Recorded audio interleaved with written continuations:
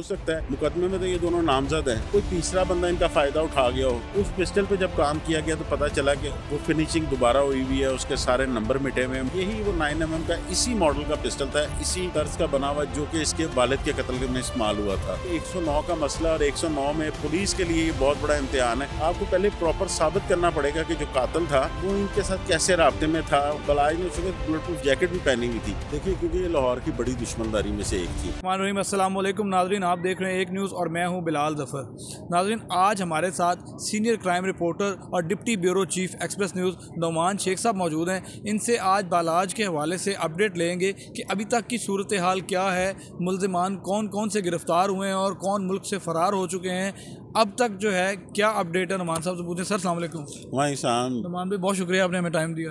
आपका शुक्रिया बिलाल, आपने मुझे साथ दिया। अच्छा नौमान भाई, क्या कहना चाहेंगे, इसकी क्या अपडेट है? बालाज अमीर कत्ल को आज 8 रोज़ हो गए हैं, अभी तक कोई खातिर ख्वाह इक़दाम नज़र नहीं आ रहे पुलिस की जानिब। देखिए बिलाल, पहले तो बहुत अफसोसनाक वाक़या है। मैं आज तक उस लड़के को मिला तो नहीं था, उस बच्चे को, लेकिन मुझे फुटेज देख के और उसके वैसे इंटरव्यू मैंने उसके सुने थे तो उस पर तो बहुत अफसोस हुआ। जो वाक़या है वो सबके सामने है। जिस तरह वो शादी की तकरीब में गया था, वहाँ से जो है वो निकल रहा था तो उस पर फायरिंग हुई।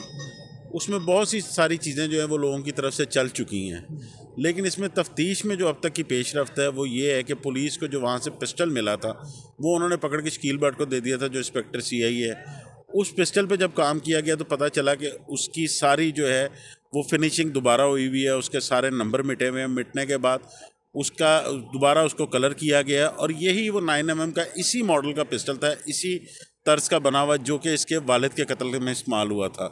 इसके अलावा जो और पुलिस ने तफ्तीश की है, वो जो कातिल था जो कि मौके पे ही मारा गया था, उसके बारे में भी ये पता चला है कि वो एक तो वो बड़ी देर से तीफी भट्ट साहब के साथ मुलाजम रहा है, वो चलता रहा साथ साथ, लेकिन उसमें ये तफ्तीश में चीज़ सामने आई कि उसने 2 मोबाइल जो हैं वो यूज़ किए थे।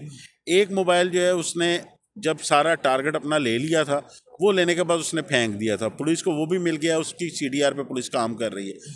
जो दूसरा मोबाइल था उस पे भी, उसकी भी CDR पे काम हो रहा है, लेकिन ये दोनों मोबाइल जो हैं ये 2 रोज़ कबल ही ख़रीदे गए थे। दोनों जो है वो कराची की एक बीबी है, कोई लतीफ़ा बीबी, उसके नाम पे ये सिमें निकली थी, तो इस पे काम हो रहा है। साथ साथ पुलिस के पास जो 2 नॉमिनेटेड मुलजिम थे, तीफ़ी भट्ट के बारे में पुलिस ने ट्रैवल हिस्ट्री जब निकाली तो ये पता चला है कि वो बैरून मुल्क जो है वो फ़रार हो चुके हैं इस्लामाबाद से। मतलब उसके मर्डर से पहले ही फ़रार हो चुके हैं? नहीं, ये मर्डर की रात को फ़रार हुए हैं। इसमें आप देखें जो पुलिस की जानिब से बहुत बड़ी एक नेगलिजेंस सामने आई है, उसमें यह है कि ये मर्डर का वाक़या जो है ये होता है रात को 10:15 बजे। 10:15 बजे के बाद इस कत्ल की तफ्तीश शुरू होती है, लेकिन पुलिस उस वक्त लॉ एंड ऑर्डर को मेंटेन करने में लगी हुई थी कि जिन्ना हॉस्पिटल में कोई और जो है अनटवर्ड इंसिडेंट ना रवाना हो चुके हुए थे।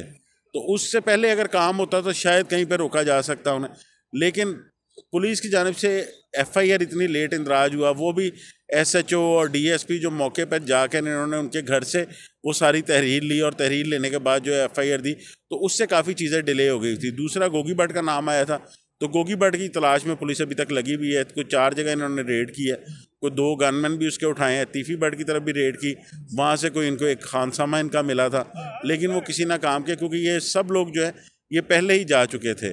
तो अभी तक जो उनकी तरफ से जो कई ज़राए बता रहे हैं, जो तीफ़ी भट्ट के, वो तो कहते हैं जी हमारी कोई इसमें इन्वॉल्वमेंट नहीं है, लेकिन ये 109 का मसला और 109 में पुलिस के लिए ये बहुत बड़ा इम्तिहान है।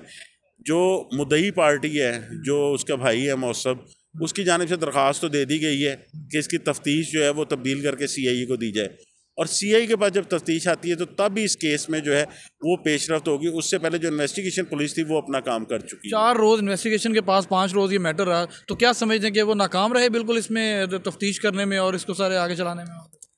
देखें बिलाल, इसमें सबसे बड़ी बात जो है वो कि जो कातिल है वो मकतूल भी बन गया। जिसने कत्ल किया वो मौके पे मारा गया। अब क्योंकि इनकी दुश्मनदारी एक 30-35 साल पुरानी है, उस दुश्मनदारी के बिहार पे ही इन्होंने 109 में जो है वो तीफ़ी भट्ट और गोगी भट्ट को जो है नामजद किया। अब ये उन्होंने नामजद कर दिया क्योंकि वो उनकी दरख्वास्त से मुकदमा दर्ज होना था।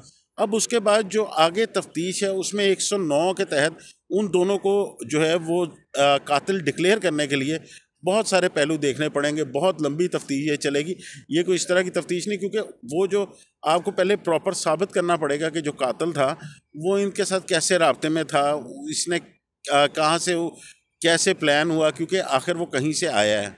वो किस तरह आया, कैसे वो जाए वारदात पे पहुंचा, मोटरसाइकिल कौन सी यूज़ हुई या गाड़ी कौन सी यूज़ हुई, और यूज़ होने के बाद फिर वो अंदर कैसे गया, अंदर वो क्या करता रहा। क्योंकि एक खबर ये भी आ रही थी कि वो 3 दफ़ा जो है वो बलाज के सामने आया, तो उसके जो गनमैन वगैरह थे उन्होंने उसको हटाया है, और उसके बाद वो सेल्फी लेने के बहाने जिस वक्त बलाज जा रहा था तब वो करीब आ गया और उसने अपना एंड तक पिस्टल नज़र नहीं आने दिया। उसने चादर के अंदर से जो है वो पूरा ब्रश जो है उसके ऊपर रख के चला दिया। और एक खबर ये भी थी कि बलाज ने उस वक्त बुलेट प्रूफ जैकेट भी पहनी हुई थी, इस वजह इसका भी उसको आइडिया था, तो उसने कंधे के ऊपर रख कर जो है वो वहाँ से उसका ब्रश फायर किया। जी बिल्कुल, ये एक बड़ी खबर हमारे सामने आई है कि बुलेट प्रूफ जैकेट भी उन्होंने पहन रखी थी।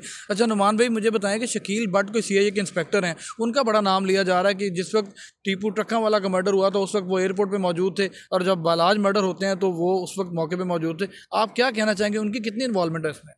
देखिए, शकील भट्ट जो है वो इनका एक फैमिली फ्रेंड है, उसकी पहले भी बहुत ज़्यादा दोस्ती रही है। उसके बाद वो जिस वक्त एक ये मेरे ख्याल से तो एक ये अनहोनी बात नहीं है, क्योंकि ये जो शादी थी ना यहाँ पे उसके होना कोई बड़ी बात नहीं थी। ये एक डीएसपी के बेटे की शादी थी और उसमें कई पुलिस वाले थे। अभी उससे इसके बिलाज के आने से पहले कई पुलिस वाले वहाँ से जा चुके थे, कई इसके होते हुए आए, तो ये कोई बड़ी बात नहीं थी। लेकिन क्योंकि इनका आपस में दोस्ती थी, इसलिए वो जो एक फुटेज आई बलाज के मरने से कुछ देर पहले की, उसमें वो उसके साथ बैठा हुआ नज़र आया। वो किसी भी शादी में मुलाकात हो सकती है, लेकिन अभी तक पुलिस को कोई ऐसे एविडेंस होते हैं कि शकील भट्ट की कोई इन्वॉल्वमेंट है, तो मेरे ख्याल से वो सस्पेंड भी हो गया होता और गिरफ्तार भी हो गया होता। लेकिन वो पिस्टल भी क्योंकि शकील भट्ट से बरामद हुआ, और उसके जो घर वाले हैं उन्होंने भी कोई इस पर एतराज़ नहीं लगाया कि शकील भट्ट वहाँ पर हैं, उनकी इन्वॉल्वमेंट जो है वो हो सकती है। इसलिए मेरा नहीं ख्याल कि उसका कोई किरदार है ऐसा। ये बात जो निकलेगी जाकर वो वहाँ से निकलेगी कि जब वो बंदा अरेस्ट होगा कि जो इसको छोड़ के गया था, हैंडलर जो था, और इसके साथ जो जो राब्ते में रहे, उसकी पूरी सीडीआर और पूरी डिटेल निकाल कर पुलिस को बहुत काम करके जो है वो फिर इस कातिल तक जो असल है वो पहुंचना अभी तक की सीडीआर के मुताबिक क्या ये डिटेल सामने आई है कि लास्ट टाइम तक उस शादी के फंक्शन तक गोगी भट्ट या तीफी भट्ट उस शूटर के साथ राब्ते में थे? देखिए, अभी सीडीआर पे काम हो रहा है, क्योंकि इसमें बड़ा लंबा चलता है। ये कोई 15 से 20 दिन तो इनको सारी लोकेशन लेते हुए लग जाएंगी, उस नंबर पे कौन कौन था कौन कौन नहीं।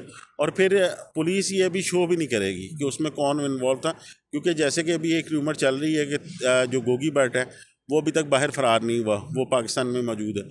तो अगर कोई इस तरह की चीज़ पुलिस ने शो कर दी तो वो फिर उसके लिए प्रॉब्लम बनेगी। तो ये केस को जो है वो भी ख़राब नहीं करेंगे।